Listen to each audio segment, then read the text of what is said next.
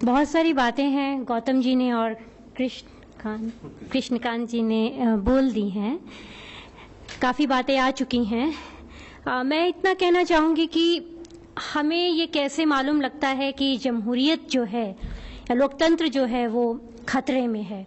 इसे हर इंसान जो है वो अपनी अपनी तरीके से अपने अपने एंगल से जो है वो महसूस करता है, उसका एहसास करता है।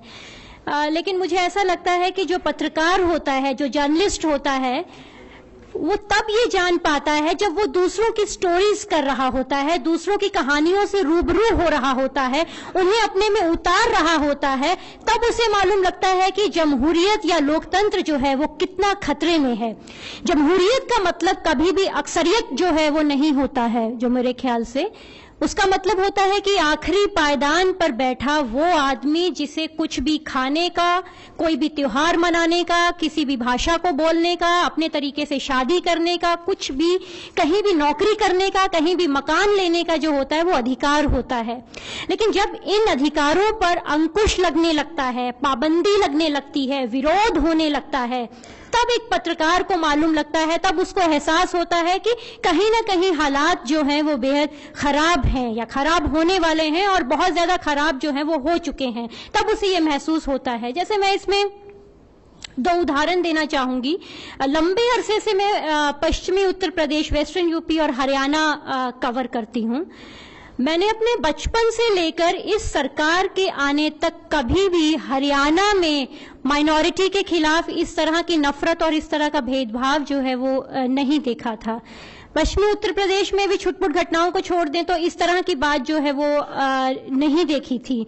इस सरकार के आने से पहले माइनॉरिटीज के साथ जो हम लोगों ने नाम भी कभी इस तरह के नहीं सुने थे, लेकिन इस समय के जो हालात हम देखें जब हम रिपोर्टिंग करने जाते हैं तो मैं ये दावे से कह सकती हूँ कि सारी घटनाएं इस ओर इंगित करती हैं कि हरियाणा जो है पूरी तरह से अपने आप को हिंदू राज्य बनाने की ओर बहुत तेजी से अग्रसर है।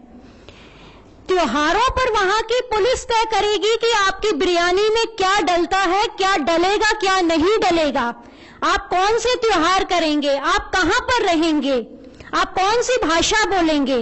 अटाली में से जब मुसलमानों को निकाल दिया जाता है तो हम लोगों ने वहां के बड़े बुजुर्गों से ये कहकर बात की कि बहुत सारी ऐसी मुस्लिम महिलाएं हैं जो प्रेग्नेंट हैं, बहुत सारी बूढ़ी महिलाएं हैं, बहुत सारे पुरुष जो हैं वो बूढ़े हैं, बीमार हैं, उनका गांव के डॉक्टर या पास की डिस्पेंसरी से इलाज चल रहा है। तो कम से कम जो भी आपका झगड़ा हो आप वहीं बैठ के इसको सुलझा लीजिए, लेकिन कम से कम वो अपने घरों में तो आ सके। और उस समय बहुत सर्दी का भी वक्त था और वो लोग पास पास के इलाकों में किराए पर रह रहे थे। तो वहां के बड़े बुजुर्गों का ये कहना है कि देखिए हमारे मनों में तो ऐसी कोई बात नहीं है, लेकिन हमारे जो लड़के हैं वो हमारे हाथ से निकल चुके हैं, उन्हें हम किसी भी सूरत में नहीं मना सकते हैं।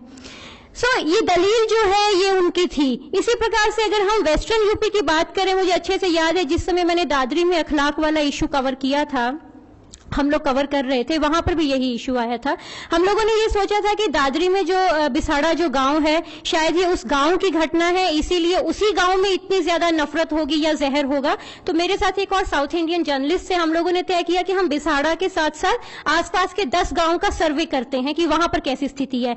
तो आप यकीन मानिए कि वहां पर भी 16-17 साल से लेकर ये 30 या 32 साल तक के जो युवा हैं उनके अंदर इतना जहर, इतनी नफरत है, मालूम नहीं राष्ट्रवाद और राष्ट्र प्रेम का कौन सा पाठ उनको पढ़ाया जा रहा है।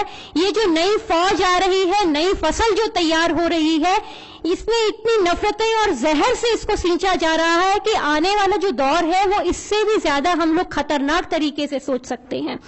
जहां तक हम लोग हरियाणा की बात कर रहे हैं, क्योंकि हरियाणा में बहुत ज्यादा मेरा आना जाना रहता है, आप वहां पर काउ कमीशन बनाने की बात करते हैं, आप वहां पे गौशालाओं को सरकारी फंडिंग देने की बात करते हैं, आप वहां पे भगवत गीता को सिलेबस में ऐड करने की बात करते हैं, आप वहां पर वहां का एजुकेशन मिनिस्टर ये बात करता है कि वहां की लड़कियों को कम उम्र का नौजवान पुरुष टीचर नहीं पढ़ाएगा क्योंकि उसकी नीयत अच्छी नहीं होती है। तो ये किसने बोल दिया कि बुजुर्गों की नीयत बहुत अच्छी होती है। आप वहां पे रिफॉर्म्स लाने की बजाय वहां पर उल्टी सीधी बातें करते हैं।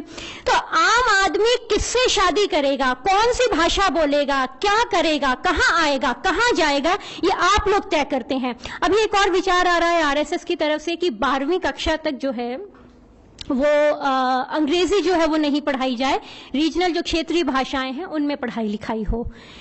तो मेरा ये मानना है कि आप खुद तो हिंदी के पत्रकार को सबसे आखिर में इंटरव्यू देते हैं, आप अंग्रेजी के पत्रकार को बिठाते हैं, उन्हीं को इंटरव्यू देते हैं। आप खुद विदेशों में जाते हैं, आपके बच्चे कॉन्वेंट में पढ़ेंगे, आपके बच्चे विदेशों में पढ़ेंगे, लेकिन भारत के आम आदमी के जो बच्चे हैं वो सिर्फ हिंदी सीखें, क्योंकि हिंदी में उस तरह का ज्ञान नहीं है, उस तरह की दुनिया की जानकारियां नहीं है जो उसको इस समय जाननी चाहिए। आप रशिया और चाइना कभी हो नहीं सकते जिन्होंने अपनी क्षेत्रीय भाषाओं में पूरी दुनिया को ट्रांसलेट कर दिया है। आपकी क्षेत्रीय भाषाओं में इतना दम है क्या? तो एक तरह से आप शाइनिंग इंडिया की कभी बात करते हैं, आप मेक इन इंडिया की बात करते हैं, तो ऐसे मेक इन इंडिया होगा कि आप सिर्फ हमको हिंदी पढ़ाएंगे, वो भी 12वीं तक, और आपका ये कहना है कि इंग्लिश को सिर्फ इस तरह से पढ़ाया जाए जैसे फ्रेंच और स्पेनिश पढ़ाई जाती है। आप यूनिफॉर्म सिविल कोड की बात करते हैं, ट्रिपल तलाक की बात करते हैं। जब भी हम लोग कई बार ऑफिस मीटिंग या बहुत सारी जगहों पर बैठे होते हैं तो लोग बोलते हैं नहीं नहीं मनीषा जी, आपको नहीं मालूम है, मुसलमानों के यहाँ औरतों की बहुत खराब हालत है। ठीक है, हो सकता होगी, रिफॉर्म्स की जरूरत है, हर तबके में होती है, लेकिन आपके यहाँ तो हालात बद से बदतर हैं। हरियाणा में आए महीने दलित औरतों के साथ रेप की घटनाएं होती हैं और आप बोलते तक नहीं हैं उस पे। मुझे अपनी जिंदगी में सबसे खराब लगा था जब मैंने एक 5 साल की या 7 साल की एक ब्लाइंड बच्ची को इंटरव्यू किया था, पानीपत की बच्ची थी, उसको उसके मालिक मकान ने रेप किया था। उससे ये तक पूछने का मन नहीं हो रहा था कि बेटा तेरे साथ हुआ क्या है, तो अब किस स्थिति में है। 1-1 साल के बाद भी इतनी कम उम्र की लड़कियों के पेट में दर्द खत्म नहीं हुआ था। आप बात करते हैं यहाँ पर अंधविश्वासों की, आपके यहाँ पर अंधविश्वास ऐसे हैं, आपका चाइल्ड सेक्स रेशो 2 सेंसस से लगातार नीचे है।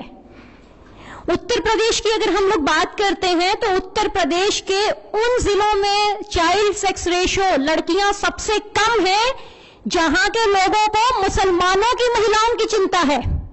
बागपत में सबसे कम है, मुजफ्फरनगर में सबसे कम है, मेरठ में सबसे कम है, गाजियाबाद में सबसे कम है, सहारनपुर में सबसे कम है, और यहीं के लोग ज्यादा उत्पात मचाते हैं हर चीज को लेकर। आपके यहाँ पे अंधविश्वासों की ये हालत है। मुझे याद है अच्छे से कि मैंने एक बार एक फेलोशिप के दौरान में हरियाणा में काम कर रही थी। बेटा नहीं होता है तो औरतों के साथ किस तरीके से बदसलूकी की जाती है, तो वहां की औरतों ने मुझे बताया कि यहाँ पर ये हालात है कि मेडिकल ट्रीटमेंट तो जो हमारे चलते हैं सो चलते हैं, लेकिन यहाँ पर एक और बहुत अंधविश्वास चलता है कि लोग बोलते हैं कि मोर के पंख का पाउडर बना के गाय के दूध के साथ चांदनी रात में लो तो बेटा हो जाता है। और ये बहुत जबरदस्त, मतलब कि मैंने पूरे रीजन में जब इसको पूरे उसमें देखा तो सबने मुझे ये वाली बात बताई। तो आपके यहाँ अंधविश्वासों की ये हालत है। आप अपने रिफॉर्म्स तो देखिए, चलिए ठीक है, आपको एक कौम की महिलाओं की बहुत चिंता है, बहुत अच्छी बात है, वो लोग अपना देख लेंगे, आप पहले अपना देखिए। सारी दुनिया में नहीं, अगर हम कहें तो पूरे भारत में औरतें एनीमिक होती हैं, पूरी दुनिया में औरतों के स्वास्थ्य हालात सबसे ज्यादा खराब होते हैं। आपके यहाँ पर औरतें जो है सुबह 4 बजे उठ के रात के 2 बजे सोती हैं। नेशनल हेल्थ फैमिली सर्वे बताता है कि हरियाणा की औरतों ने रिकॉर्डेड स्टेटमेंट दिया है कि अगर पति पीटता नहीं है तो वो पति नहीं है, तो हम उसको अपनी पत्नी महसूस नहीं करते हैं। यानी कि अगर पत्नी है तो पति का पीटना जरूरी है। आपके यहाँ रिफॉर्म्स की ये हालत है। तो मुझे लगता है कि गलती जो है वो हम लोगों की इस मायने में ज्यादा है कि जो लोकतंत्र को इतना खतरा नहीं है, लेकिन इस लोकतंत्र के जरिए जो मैंडेट आया है उस मैंडेट से बहुत ज्यादा खतरा है। इस मैंडेट को बहुत ज्यादा चिंता है दूसरे कौम की महिलाओं की स्थिति की, हमारी भाषाओं की, हम एक ही डॉक्टर के पास जाएं, एक जैसा इलाज करवाएं, एक जैसा खाएं, एक जैसी बात करें, एक जैसे त्योहार मनाएं, सबके सब शिशु शिक्षा सरस्वती पाठशाला में पढ़ने जाएं, ये लोग ऐसा चाहते हैं।